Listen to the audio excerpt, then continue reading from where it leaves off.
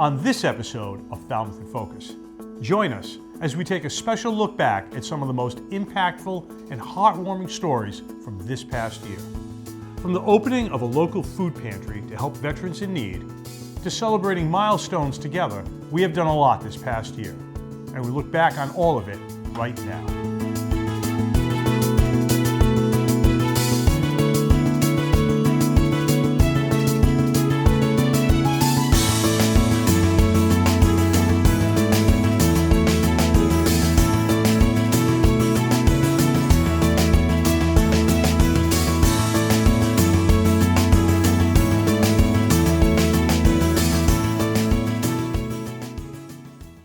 Hello and welcome to Falmouth in Focus. I am Michael Kasparian.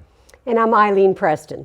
We start with a look back at the Veterans Food Pantry, which opened at the start of 2023. And we're looking at the profound effect it's had on the entire Cape Cod community.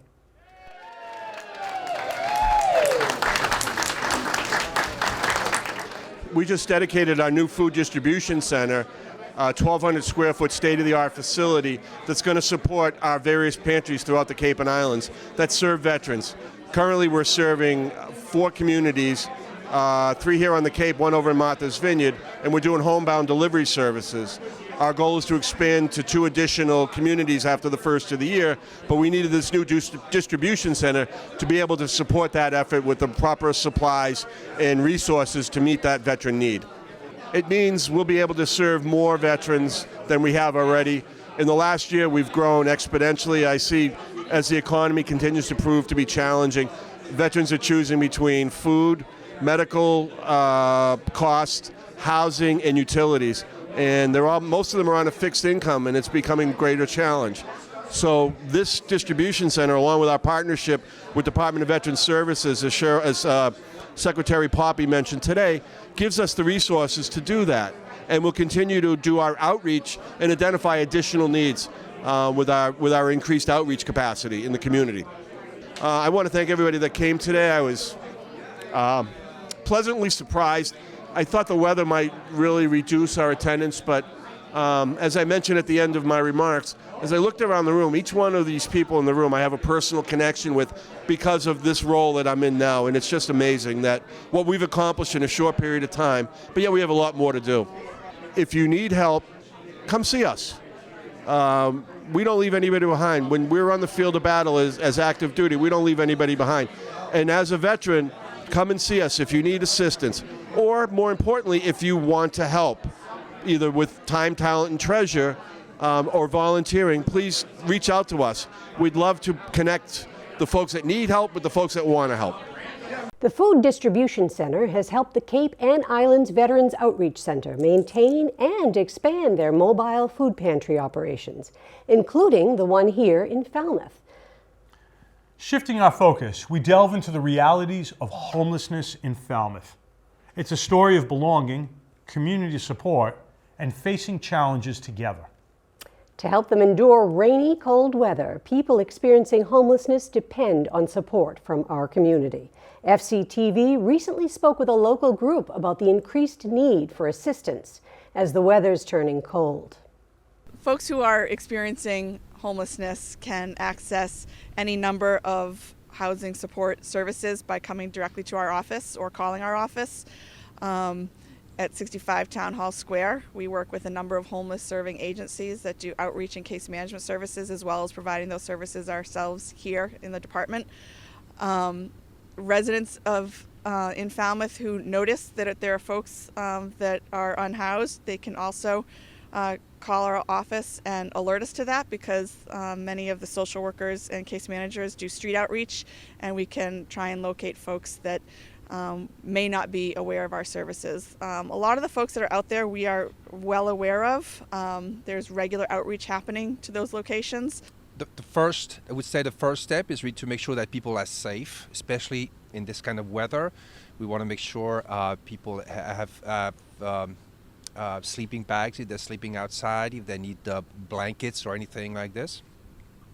And then we offer to open their case, and then we, I'm speaking for myself now, for HACK, the point is really to connect the people with the different services they could have in this community. So of course my main focus is housing, but when you sleep outside, you may have not seen a doctor for 2-3 years. You may have lost your documentation. You don't have an ID. You don't have a social security card. So all those services that we provide at HAC, working directly with the people, or we refer people to different agencies. Belonging to each other provides cold weather housing here in Falmouth and case management services to help people find housing. If you think about the basic needs, I'm thinking about St. Barnabas every Tuesday from 11 to 1. They offer free lunch every Tuesday. If you think about showers, we belong to each other. ASG, HAC, the human services, we've been working with the Rockies Gym on 28, and people can go on Monday morning to take a shower. He opens his showers to the people who would need that. But we also see more, and we have seen since COVID-19, we have seen a new typology of people who were just renters, regular tenants with good records, and for whatever, the landlord sold the house and they're looking for housing on the Cape that they cannot afford. So that's a very different type of population, and there's a new population, I would say, even elder folks that are not, they have no idea of homeless for the first time in their entire life, been working 40 years, veterans. So that's a different typology of people, and there's a need for those people to find affordable housing. If you need help or know someone who does, contact Falmouth Human Services at 508-548-0533. Turning to another organization that does a lot of good work in the community, the Falmouth Service Center provides many services, from food assistance to financial aid and other resources. We took you in for a closer look at a number of their services and programs in the past year. Join us as we revisit the highlights from our Service Center series, showcasing the heartwarming stories and selfless acts of kindness that define this vital community resource. I've been here for a little over 4 years, and in that time I've seen tremendous growth here at the Service Center. So currently at the moment we're serving 500 households per week, and if you go back, say, about 2.5 years ago, we were looking at around 240 households per week. So the numbers have definitely increased. That 500 number per household visits represents around 1,400 individuals. So we've definitely seen an increase here at the Service Center. Tremendous. So we receive our delivery every Tuesday morning around 6:30 from the Greater Boston Food Bank. And we have a great team here on Tuesday mornings. We have around 6 or 7 guys who come in every Tuesday morning. They get here around 6 o'clock, and we are able to get the 12,000 pounds put away and ready for our busy day on Tuesday, and we do that in around 45 minutes. We also act as a distribution point for Mashpee, the Christ the King Food Pantry, and also the Martha's Vineyard Food Pantry as well. So altogether on the truck, there's around 28,000 pounds, and we're able to distribute that food out to all 3 agencies. So really a busy Tuesday morning for us. Christ the King, they receive around 7,000 pounds on the truck, and Martha's Vineyard receives around 9,000 pounds on the truck. So that definitely, between ourselves and Martha's Vineyard and Mashpee, there's a tremendous amount of food on that truck, and that's each and every Tuesday, and our team does a wonderful job to be able to get that food out to needy families. That 12,000 pounds that we receive is in addition to, we have other vendors that we receive food from that we purchase. We receive food from Cape Dairy, from Cisco, and a big part would be from Jack and the Beanstalk each and every week. And I would say around 95% of our food that we receive each and every week is gone by Friday. So that's what we do Tuesday mornings. We unload the truck. They asked me to volunteer to do it, and I said yes. But yeah, that's a lot of fun. I haven't been doing it that long. Really was pleasantly surprised by the organization here and just how nice the people are and how receptive they are. The old expression that I was taught was actions speak louder than words, and this helped me do something that was I think is valuable to the community, and it's also really valuable to me because it gives me something to do with a lot of nice people. I actually was on that team for 5 years, and now I fill in periodically when people are on vacation and so forth. I've been here for 8 years, so I'm here kind of either 4 or 5 days a week. I take care of the grounds, usually on Monday in the warm weather, and then I do whatever is necessary, traffic or cart running or any number of possibilities. I love working with the clients. I've become very good friends with a number of them. We're on a first name basis, and after a number of years you start to know who they are and what their situation is, and that's fun. That's the good part. You get actually contact with the people you're helping, which is super. I was outside working on the grounds one day, and a gentleman stopped by on an off day when we weren't open, and he said, "Thank you very much for volunteering here, because last winter you saved my life." He had no food. He didn't know where he was going to get food. He didn't have a job, and only because of the service center was he able to eat. And it's getting feedback like that that keeps us going. We're going to take a quick break to hear from one of our local nonprofits, but when we come back, we'll look at a new construction project that is expected to finish by the end of the year. Stay with us. Hello, I'm Karen Delaney, the Executive Director of the Falmouth Service Center. The Service Center is a regional food pantry that is available to any household in need from any zip code. Households can pick up fresh and frozen fruits and vegetables, meat, dairy items, and non-perishable foods. Families often come weekly to pick up groceries from us to help stretch their food budget, which enables them to have more money available for other bills. In addition to food, we also have other services, ranging from financial assistance to back to school and special holiday programs. Our hand-in-hand thrift shop is a resource for families, and the proceeds benefit our FSC programs. All of this is accomplished by a small staff and over 400 active volunteers who are the backbone of our work. If you need help or want to help, please visit our website or give us a call for more information. The Hatchville Fire Station will be a new hub for community safety when it's completed in late 2024. Since the groundbreaking back in May, the construction has been in full swing, progressing throughout the year. We kept you informed with updates throughout the year on the progress of the project. Now, we take a look back at the construction from the past year and what we can expect when it's completed. Hi, my name is Boyd DeMello. I'm a fire inspector with the Town of Falmouth Fire and Rescue Department. I'm also a member of the town's building committee for this new Hatchville Fire Station project. And we're going to take a few minutes and walk around the property and show you where we're at with the construction project. There's not a lot going on behind me, but buildings start from the ground up, and that's where we are right now.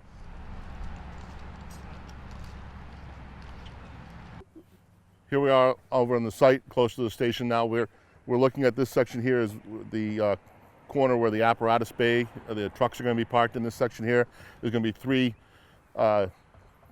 apparatus bay doors in the front and 3 in the back. It's a drive-through apparatus bay to allow for safety of trucks not backing off Sandwich Road, and taking into consideration our neighbors. We're trying to be good neighbors, and we don't want the headlights in the windows of the people across the street all the time. So it's a drive-through bay. There's going to be 3 bifold door bays in here. They're going to be red in color to go with the color scheme of the property, of the building, excuse me. And it should be interesting to see it get built soon. May as well move this way.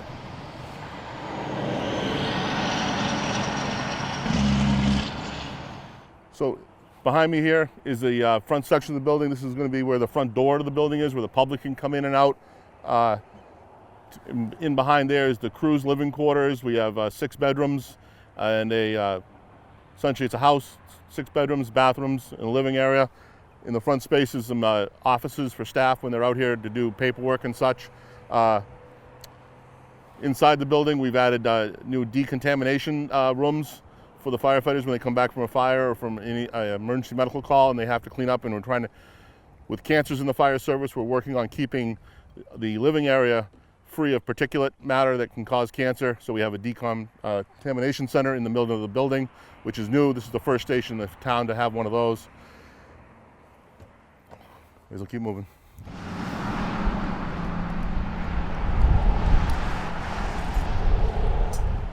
So behind me, we can see again some of the piers and stuff that are put in for the structural columns on the building. One of the things the building committee looked at when we were designing this property with Context Architecture and Veritex, who is the owner's project manager for the town of Falmouth, we continually do value engineering. And one of the things that we worked on with value engineering was we took a lot of the steel out of the residential side of the building, the living quarters, and have gone to engineered lumber. There was a significant cost savings with the cost of steel these days, so we were able to help keep the price under budget on the whole total project by going to structural material on the living area of the building. So this is going to be mostly wood. The apparatus bay on the far side over there that we looked at earlier will be all steel construction. The building's going to be fully sprinkled with a fire alarm system because, you know, the fire department, we like those things, so we're going to put it in our own house too. So.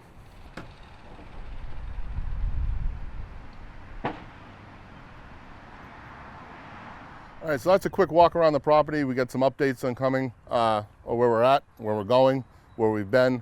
So on behalf of Fire Chief Tim Smith and myself, Boyd DeMello, I'd like to thank you for the time you spent with us on the site today. We'll continue to keep you updated as the project nears completion and finally opens at the end of the year. There are other individuals that work for the town that spend all their time outside. We got to speak with one such person earlier this year. Jeremiah Pearson is our local tree warden, and he earned the title of Outstanding Tree Warden of the Year. That's right. Earlier this year, a crowd of public works staff, town officials, and well-wishers gathered for Jeremiah's tree planting ceremony, a moment that began with shovels and ended in a special tree blessing. The Mass Tree Wardens Association asked me to pick a tree. I picked a American hornbeam for this occasion, mostly because it's a native deciduous tree that I really think people should plant more of. It's a native tree. It helps with pollinators. It's just a beautiful underutilized tree in the landscape. It grows roughly about 20 to 40 feet tall and about 40 feet wide. It grows about a foot a year, and I thought that this would be a perfect location for this tree today. No tree planting is complete without an official tree blessing. So we're going to start off. I need you all to put your hands on by your sides of your legs. We're going to start off Cape Cod version with a osprey wing slap. We're going to bring our hands above our head and slap them. Follow me, people. And then we're going to rub our hands together. And as you rub your hands together, what do you feel? Heat. You feel heat, right? Right. And heat is a form of energy. That's correct, yes. We're going to take that energy, it's now in our fingers, and we're going to send it down to the base of the tree. We're going to shoot it through our fingers, and we're going to slowly, just quietly say, grow, tree, grow. A little louder. Grow, tree, grow, tree, grow, tree, grow. One more time so they can hear us and leave us. Grow, tree, grow. And then louder. The roots, the roots. The roots are on fire! The roots are on fire! Stick with me, hands above your head, wave back and forth like the crown of the tree and sing with me. All we are saying is give trees a chance. Come on! All we are saying is give trees a chance. All right, you bless this tree. It's gonna grow for years. Thank you, Jeremiah. All right. What's even more impressive is that being a tree warden isn't Jeremiah's only responsibility.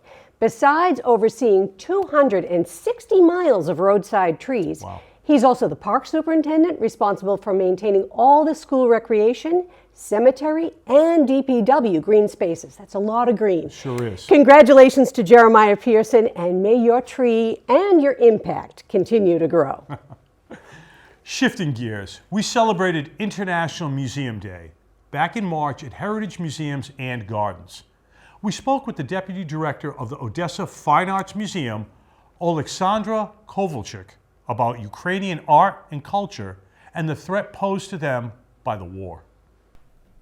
Museum for Change was an NGO that was supposed to help Ukrainian museums to build relationships with the communities. As most of the Ukrainian museums had a very short history of being museums of independent country. And it was important to show the way it is done here in the United States, where museums are loved and cherished. The thing is that as invasion started, international organizations that actually focus on saving art during all kinds of emergencies, starting from flooding, fires, or conflicts and wars. And they immediately started looking for local NGOs and local leaders of local communities that would be ready to do this work, to provide this support to institutions. By now, we served more than 60 cultural institutions, and the total amount of funds that we helped directed to face their needs is above 1.5 million euro. Us and a couple other organizations, we try to protect public monuments, monuments in public spaces. It's hard because sometimes we do not know how, for example, sandbags would affect the statue. And you can see in Ukraine all the statues around all the monuments are covered with sandbags or with sarcophagus on top of it. And we can one of the options is to make sure that we store all of the pieces if it's hit. Basically, the number one goal is to have all of the pieces in one place. Yes, to put it, to conserve it, to restore it then. And by now, more than 1,500 cultural sites, religious buildings that are cultural sites, have been completely destroyed by Russia, by missiling. Unfortunately, museums were targeted too. We've lost at least three museums completely, and unfortunately one of them with people inside. Ukrainian museums are not equipped with the systems that would put down fires. So if any Ukrainian museum is hit or a missile is hit above the museum and it starts to burn, it will burn. If there is a direct hit, it will be destroyed.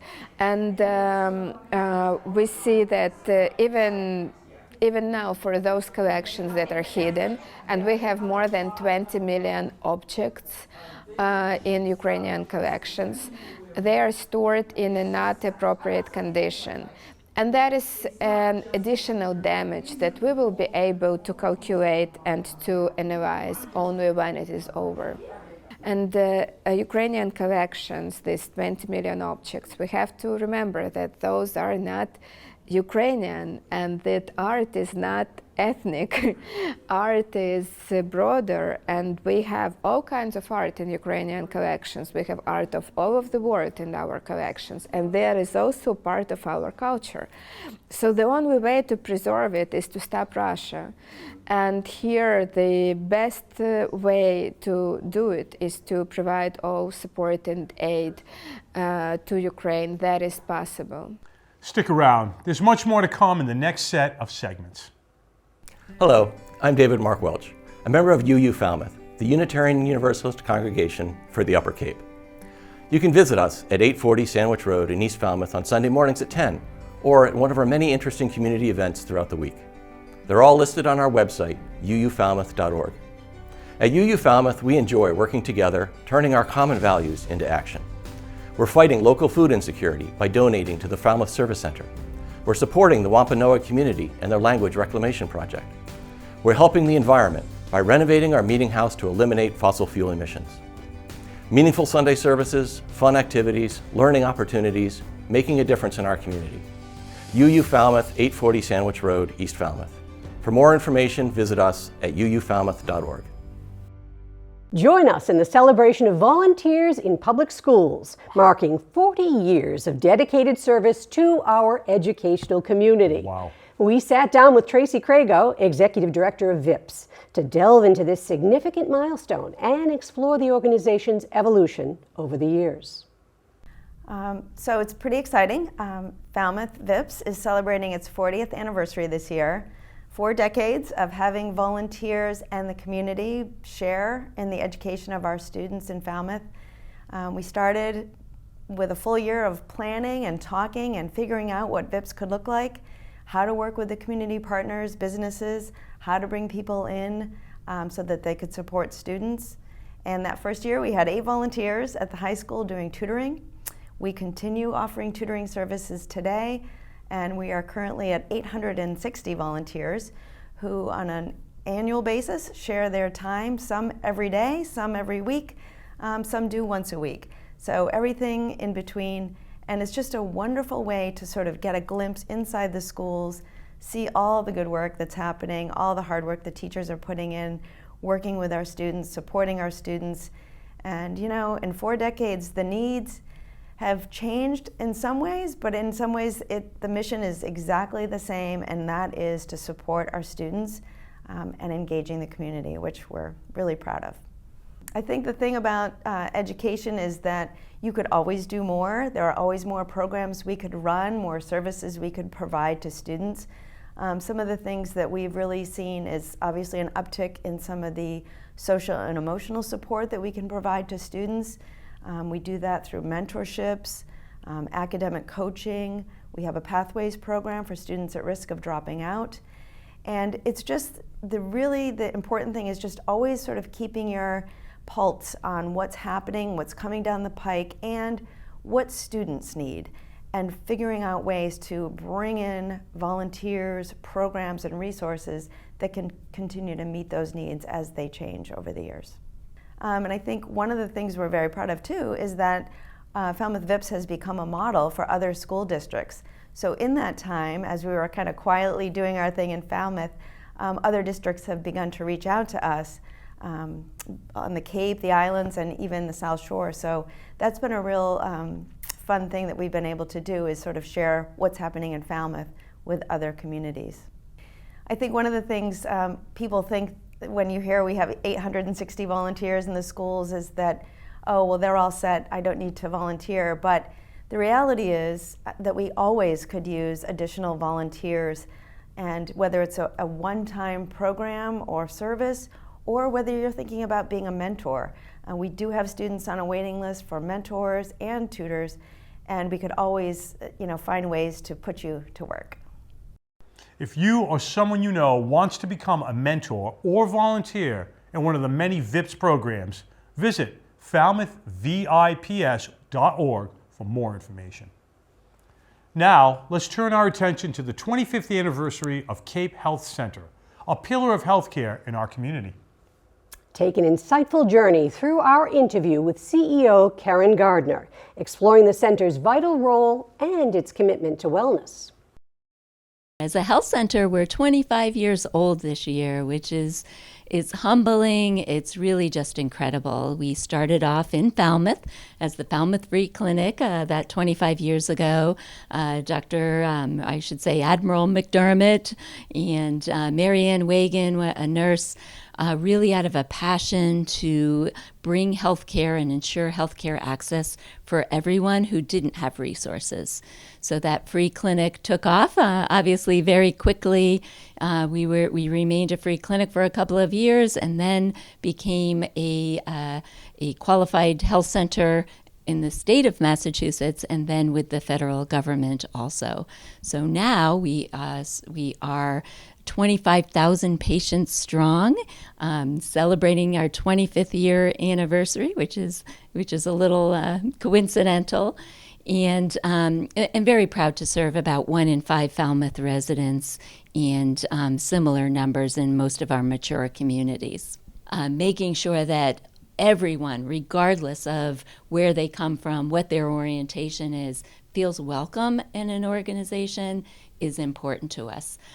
Staff, I think the mission focus and passion of our staff is, again, I know we've said this, but it really is what drives patients to come, in addition to the high quality services.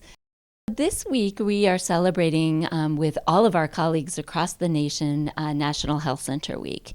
And it's really our time as a community health center community across the nation and in Massachusetts to celebrate everything that we've done to help patients empower themselves and achieve greater health outcomes. So access is our number one goal, and we're able to make sure that we have communicated to our community in general how they can get programs and services, or how they can gain, I should say, access to programs and services. So open houses such as like we're hosting today give us that opportunity to share with the community, hey, come in and see us, see what we're doing, get to know us, let us get to know you, and let's work together to figure out what our community needs and what you might need as individuals. I think as we celebrate our 25th anniversary and celebrate National Community Health Center Week, I just want to thank everyone in our community for their support. Certainly, we wouldn't be where we are if we didn't have the trust of our patients, but also the trust of our donor base, our local representatives, our state and federal funders, the entire community really wrapping their arms around our health center and other health centers like us to facilitate the success that we've had and the continuously improved health of our population. And batter up. Join us as we celebrate the Cape Cod Baseball League centennial, a century of cherished memories and the enduring spirit of America's favorite pastime. From unforgettable moments to the impactful legacy of the league, experience the essence of Cape Cod baseball. Well, as some people probably have mentioned, this is the 100th year centennial celebration for the Falmouth Commodores, but not only that, for the Cape Cod Baseball League itself. It's been around, as you can see with the hat, since 1885 as Cape Cod Baseball, but the league was formed in 1923 with 4 original teams, Falmouth being one of them, Hyannis, Chatham, and Osterville.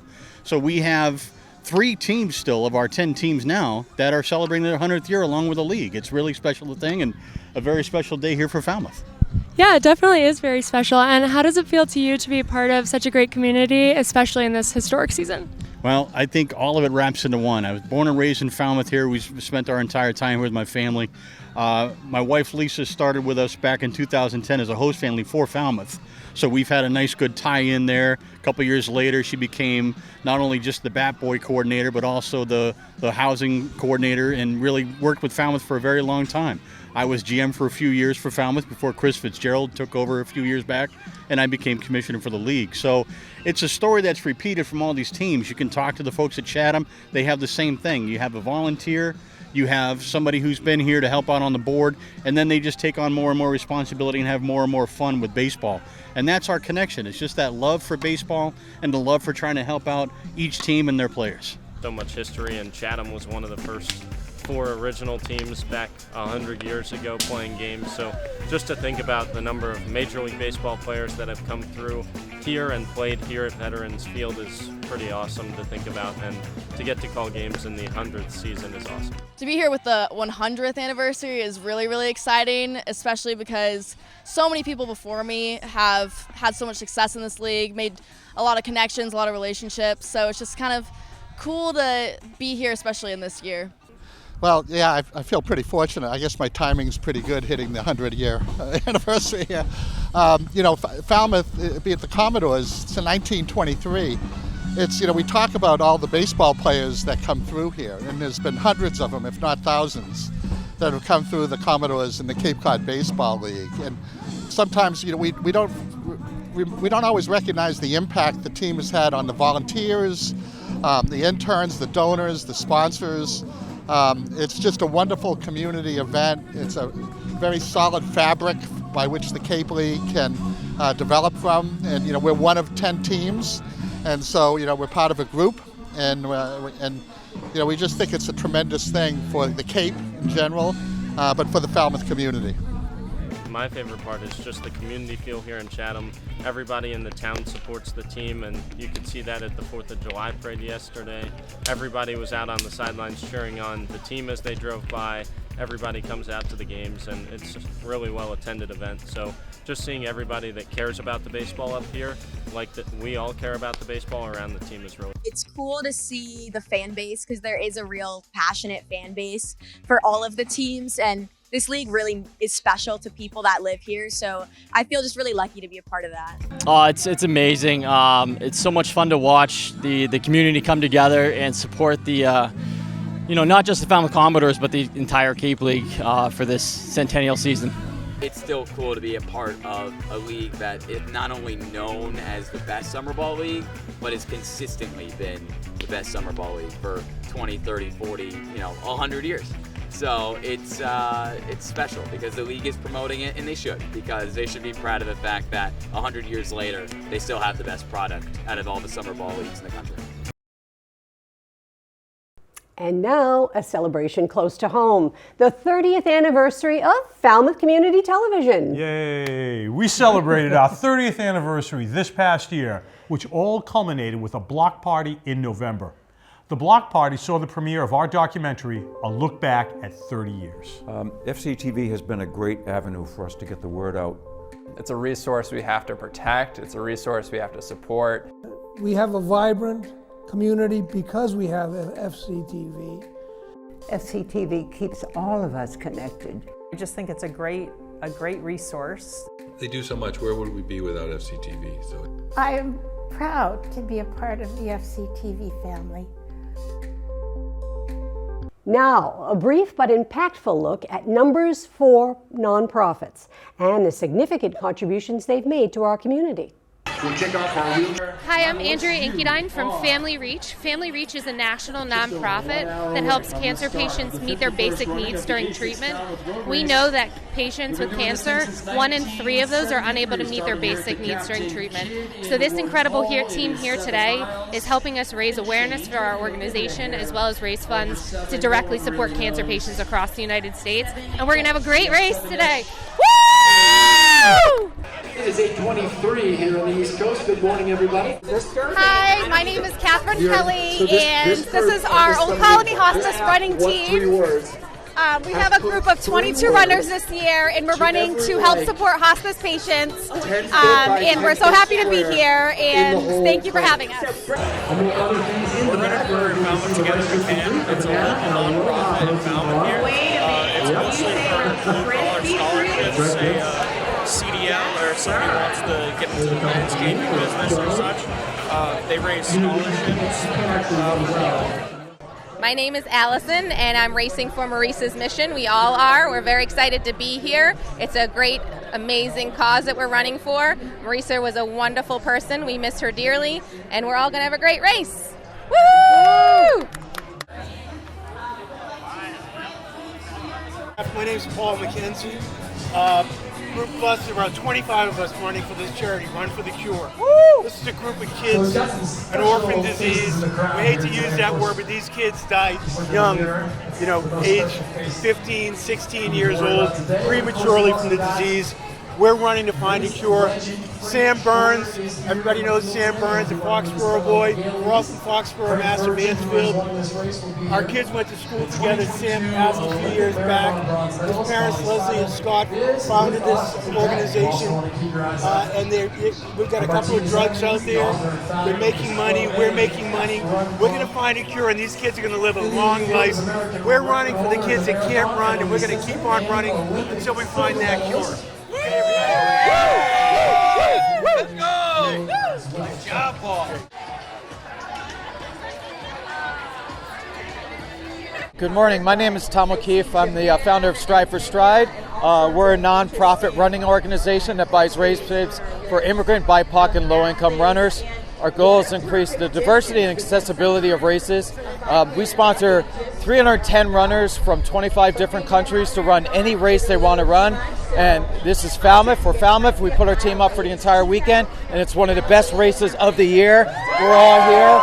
So, a lot of our first time. Who's running Falmouth for the first time? Yeah. Many first-time runners. It's an incredible day, and one of the best races of the year. I'm Andrew Abdella, and I'm running for the Vanessa T. Marcotte Foundation.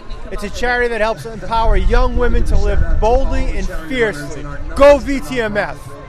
You know, I have 3 daughters and a daughter-in-law. This foundation teaches women how to protect themselves and better themselves and get themselves out of situations that unfortunately Vanessa was not able to get herself out of. So it's a great day, going to be a great run, and we'll see you later.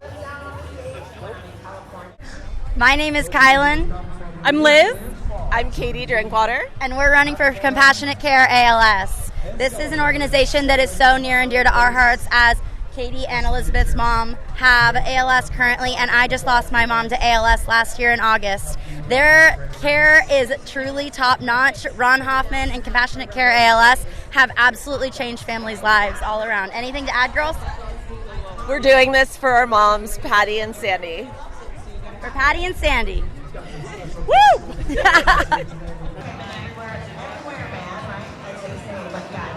Hi everybody, this is Erica and my daughter Jillian. This is Jillian's first road race and first Falmouth road race. We are running for Tommy's Place, and we are so happy to support Tommy's Place, which is a wonderful foundation that provides amazing vacations for children and families who are battling cancer. They need a time away to just relax, and we are so happy. The Falmouth Road Race is the major fundraiser for Tommy's Place, and we've raised as a foundation over $160,000. It has been a pleasure to run and to train for them. All right. Hi, my name is Bill Olin. I'm here with my wife Elena and my new friend Deb and my friend Dan, and we're all running for the Boston House, which is an unbelievable organization that everybody should learn about. We're not big runners, but we're running 7.1 miles for all the kids that have ever been at the Boston House. 7.1. I didn't know that. Not just 7. The last .1's uphill, but don't worry about that. Anyway, thank you so much for everybody who donated to us and to the house, and everybody have fun. Thank you. Cheers. Next up, we shine a spotlight on Mike Renshaw, who took on the role of Falmouth Town Manager this past spring. A significant figure in our town, Mike Renshaw brings a wealth of experience and leadership. I'm really excited to be part of the Falmouth community as its newest town manager. I think that there's a huge opportunity for us as a management team within Town Hall and working with the community, the various boards and committees, some of which I've already been able to visit with, to really move Falmouth forward. So I'm really looking forward to that opportunity. I have found a place to live, staying in East Falmouth temporarily for the first couple of months, and then I'll be moving into an area just north of North Falmouth in Pocasset. So the focus of emphasis that I really want people to know about me as the town manager is my accessibility. I think it's really important for the manager to be accessible to the public. So please, whenever there's an issue, a challenge that you'd like to discuss, my door is always open and my cell phone's posted on our website. So I'd encourage everybody to reach out. Following that, we bring you highlights from our exclusive interview with Falmouth's Police Chief, Jeffrey Lourie. But my first impressions were very hardworking staff. They were very open. I think during the headlights, someone coming in from outside, I'm sure there's some angst, but they were very welcoming. I believe they like what they're hearing. The other side benefit is, especially July 3rd, I don't think we even expected to deal with some of the negativity that we dealt with some of our younger folks down in the beach areas across town, yes. And, shipwreck, the restaurant closing early so there'd be less foot traffic for us. Neighbors coming out in the heights to clean up all that trash and debris, helping DPW. It just gave me such a sense of community, both internally within the organization and externally, with the townspeople. And I've been to a lot of different events, whether it be the Commodore's Centennial or speaking to a neighborhood group up in East Falmouth. I really have found that there's a lot of compassionate, caring, empathetic people here, and they have concerns, whether it be about some of the violent crime that's happened or some of the drug use and mental health illness. And I'm finding a community that does want to work together, to band together to solve some of these social issues. And you'll see with me, it's all about providing a public safety service that's second to none. And to do that, it takes a village. It really do. For it to all work, teamwork is mission critical. Teamwork makes the dream work. So I'm very pleased to be here. I really It's been long weeks. You're going to see that your police department's working extremely hard. I want people to feel that I'm approachable, that I will take suggestion, and that will help me set direction. So really happy with the support that I've received. The town manager and I are both brand new. And we're going to work with each other well. I can tell you that we're developing a very good relationship. And that's everyone from the clerk's office to human resources. It's the fire department, DPW. I was at a select board meeting last night, and I'll talk about some of the initiatives that I'm hoping to implement over the coming months and years. But just addressing the crowd in the select board with Peter, our DPW director, and I can just tell you, I just feel connected. Like we're going to be a great team. It's not about Jeff, Lourie, it's about teamwork. It's about us supporting each other. No egos, just coming together to provide Falmouth and our neighbors the very best in services that we can potentially offer. Now, join us as we gain insight into the Peace Vigil, a poignant event organized by local faith and community leaders at the Wacoit Congregational Church. Together, they offered prayers for peace, empathy, and unity. Good afternoon. Welcome, and thank you so much for being here today. We are here to take a stand as a community for peace. We are here to show our love and support for one another, especially to our neighbors and friends who have ties to Israel and the region. We are here to say no to violence and yes to love. We offer our prayers and support during this time of violence in Israel and Palestine. We pray for those who have been killed, injured, are searching for loved ones, and are struggling with grief and fear. We are brokenhearted. We are not whole or complete as Jewish communities, as humans who witness this horrendous suffering. So many people in our community have direct ties to loved ones, friends, and colleagues in Israel and are directly experiencing this brokenheartedness. The comfort and support that we can provide to each other, that we can reach out to neighbors and friends and colleagues so that they're not walking through each day with their brokenness and incompleteness in silence. That means so much to people. How many roads must a man walk down before you can call him a man? Yes, and how many seas must a white dove sail before she can sleep in the sand? How many times must the cannonballs fly before they're forever banned? The answer, my friend, is blowing in the wind. The answer is blowing in the wind.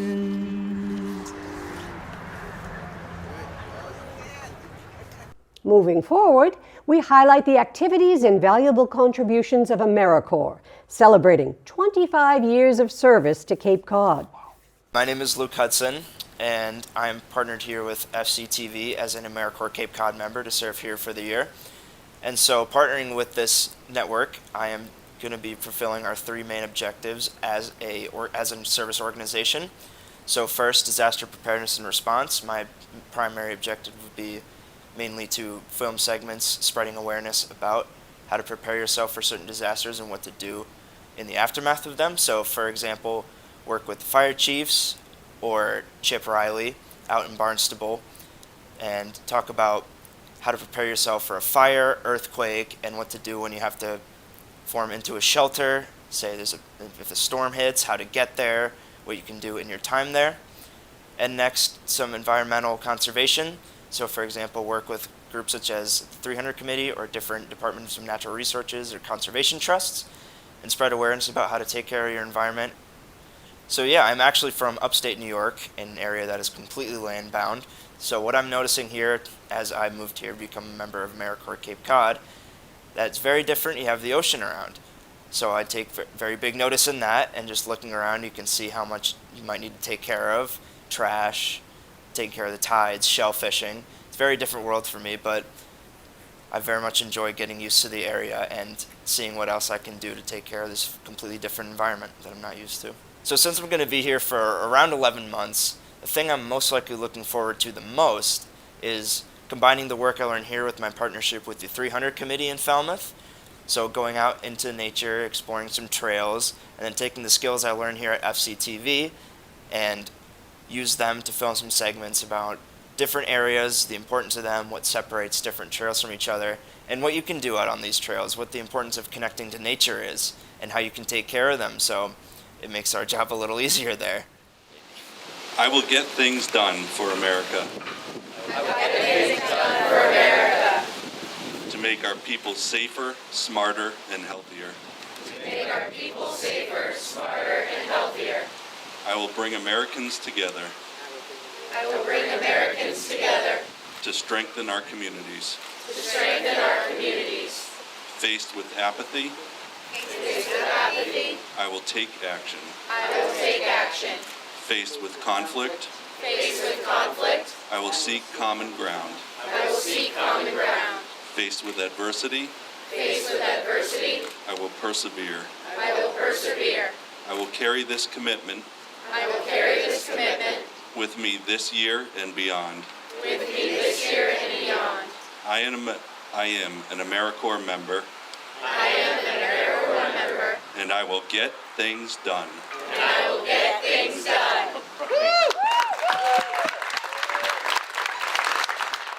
These inspiring individuals dedicate 11 months of their lives to serving the Cape Cod community, making a positive impact in land and water conservation, disaster readiness, and community education. Next, we bring you the richness of Cape Verdean culture with a class teaching Cape Verdean Creole. Falmouth Superintendent Lourie and many others packed the room for a chance to learn. Hello, my name is Angelo Barbosa. I'm the director of Institute for Cape Verdean Studies. We have been working hard with the museum here in the area and the Falmouth Public Schools to build collaborations and finding ways to work together and explore education opportunities for our students here and in Cape Verde. A lot of ideas going on, so this is a very important day for us to put one more stone on this process. My name is Raul Haza. I am a professor at Bridgewater State University, and I have the unique pleasure of coming in and doing kind of a brief introduction on the Cape Verdean language, but also on the Cape Verdean being and the Cape Verdean experiences. So it's more about the sharing of being Cape Verdean, because language is inevitably about being the self, the unique self. So. My name is Cynthia Pina, and I am here because my father is of Cape Verdean heritage, as well as my husband, and our entire family is planning a trip to the islands next November. So I'm excited to be here and learn a little something.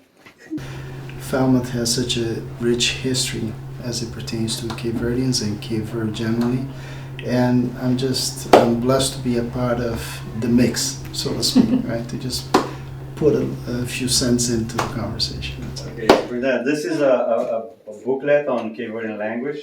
It was done by a Cape Verdean scholar for English speakers, so this is a very unique reference that we'd like to give it to you on this day that we started this class here at the museum. I'm so honored. I cannot wait to start the classes. I really can't. This is great. I appreciate so much the partnership and for helping us. Every student in our schools that can relate and become part of the community and feel a part and they belong is just one more every day that we need to make sure that everyone does. And through the language, I think tonight is so important, because as we as adults learn our language, then we get to teach that or be able to communicate with if they have the language too. And again, that just brings us together. And it's about the relationships. And language does bring people together. Wrapping up our year in review episode, we want to express our gratitude for allowing us to share these touching and impactful stories with you. Finally, we leave you with the sights and sounds of the Holidays by the Sea weekend, capturing the festive spirit that defines our community. One here! One here! One here! Hey, Merry Christmas, everybody! All right, Merry Christmas! Look at the lights, twinkling bright, 24/7.